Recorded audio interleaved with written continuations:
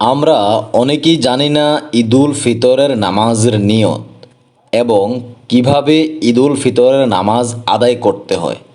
আজকে আমি এই ভিডিওতে সম্পূর্ণ নিয়ত এবং নামাজ কিভাবে পড়বেন তা শিখিয়ে দিব। ইনশাআল্লাহ মনোযোগ দিয়ে সম্পূর্ণ ভিডিওটা দেখেন, এখান থেকে শিখে তারপরে যাবেন।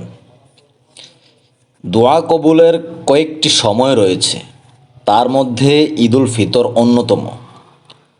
শাওয়াল মাসের পহেলা তারিখে ঈদুল ফিতরের নামাজ পড়তে হয়।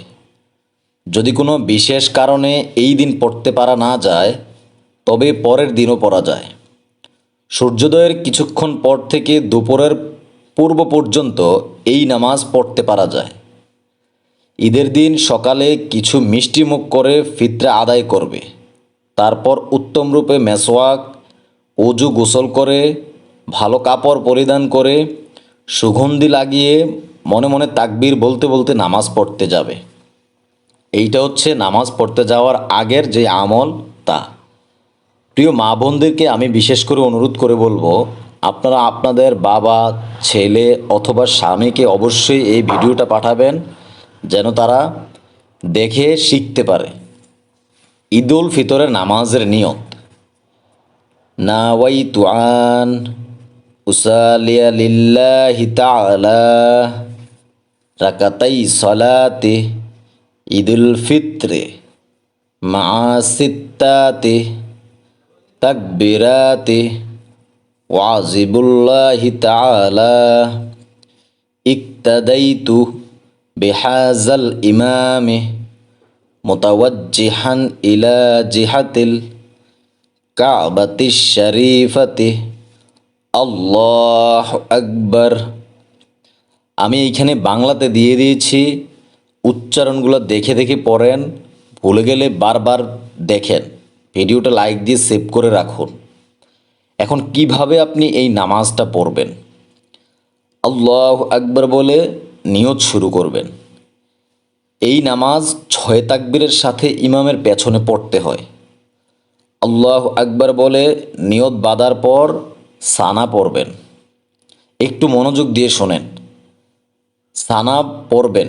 ইমাম সানা পড়ার পর উচ্চস্বরে 3 বার আল্লাহু আকবার বলে তাকবীর বলবে।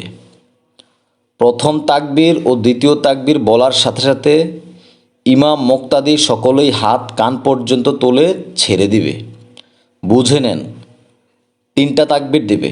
তার মধ্যে প্রথম ও দ্বিতীয় তাকবীরে ইমাম যখন এবং আপনারা যারা আছেন সবাই হাত কান পর্যন্ত তুলে ছেড়ে দিবেন, কিন্তু তৃতীয় তাকবীরে হাত কান পর্যন্ত তুলে নামাজের নিয়তের মতো হাত বেঁধে ফেলবেন। একটু বুঝে নেন, তৃতীয় তাকবীরের সময় হাত বাঁধবেন। তারপর মুক্তাদি ও ইমাম সাহেব সকলে মনে মনে আউযু বিল্লাহি মিনাশ শাইতানির রাজিম বিসমিল্লাহ সম্পূর্ণ পড়বেন। তারপরে ইমাম প্রকাশ্যে সূরা ফাতিহার সাথে অন্য সূরা বা অন্য একটা আয়াত পড়বে।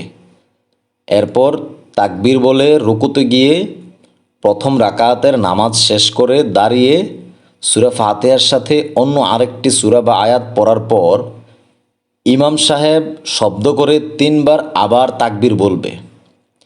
ওই তাকবীর বলার সাথে সাথে হাত কান পর্যন্ত তুলে ছেড়ে দিবেন। একটু মনোযোগ দিয়ে শোনেন। এবং চতুর্থ তাকবীর বলার সাথে সাথে রুকুতে গিয়ে অবশিষ্ট নামাজ শেষ করবেন। অর্থাৎ আমি দ্বিতীয় রাকাতের কথা আপনাকে বলতেছি। দ্বিতীয় রাকাতে যখন সূরা ফাতিহা এবং অন্য কোনো সূরা বা আয়াত মিলাবে, তারপর 3 বার তাকবীর দিবে। ওই 3 বার তাকবীরে আপনি কান পর্যন্ত হাত তুলে ছেড়ে দিবেন। চতুর্থ তাকবীর যখন বলবে তখন আপনি রুকুতে যাবেন। তারপরে অবশিষ্ট যেই নামাজ আছে ওটা শেষ করবে। নামাজ শেষে ইমাম সাহেব 2টা খুতবা পাঠ করবে। তারপরে সকলকে নিয়ে দুরূদ শরীফ পাঠ করবে।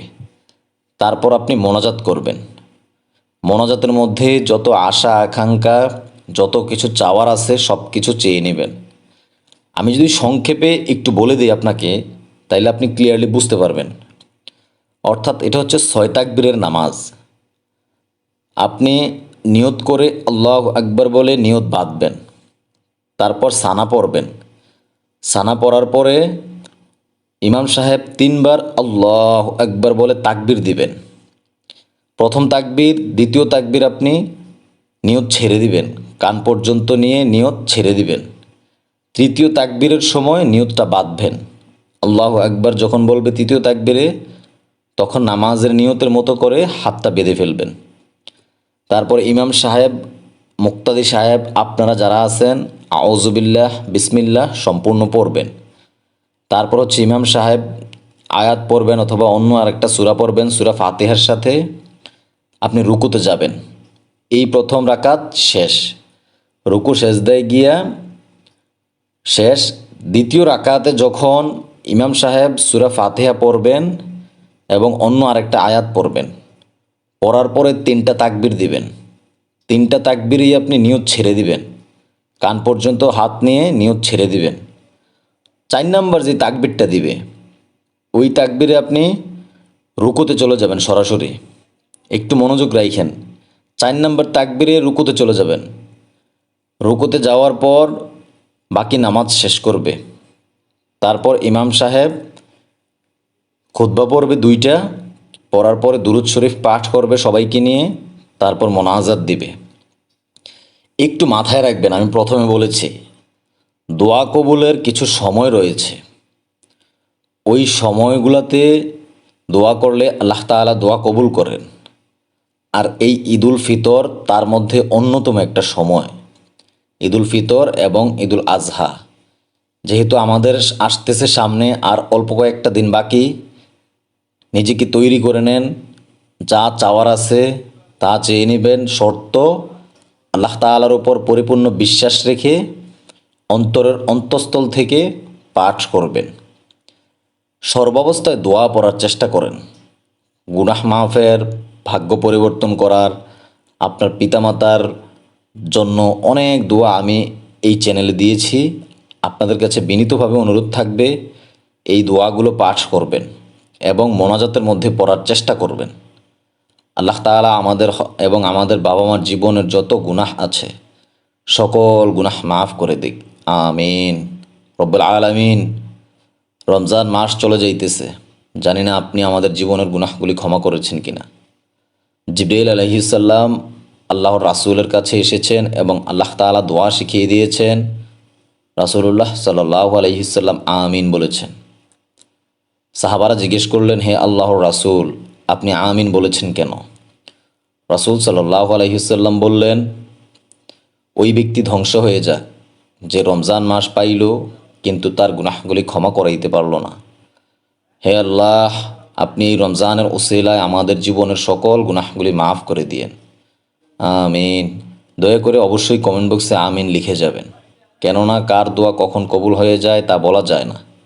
আর সবাইকে শেয়ার দিয়ে এই নিয়তটা এবং ঈদুল ফিতরের নিয়মটা শিখার সুযোগ করে দিবেন। ইনশাআল্লাহ কিয়ামত পর্যন্ত আল্লাহ তাআলা আপনার আমলনামায় সওয়াব লিখতে থাকবে। অনেকেই আমরা জানি না এই নিয়মটা, নামাজ পড়তে গেলে উল্টাপাল্টা লাগাই ফেলে, তাদেরকে শিখার সুযোগ করে দিবেন। আসসালামু আলাইকুম রহমতুল্লাহি ওয়া বারাকাতুহু।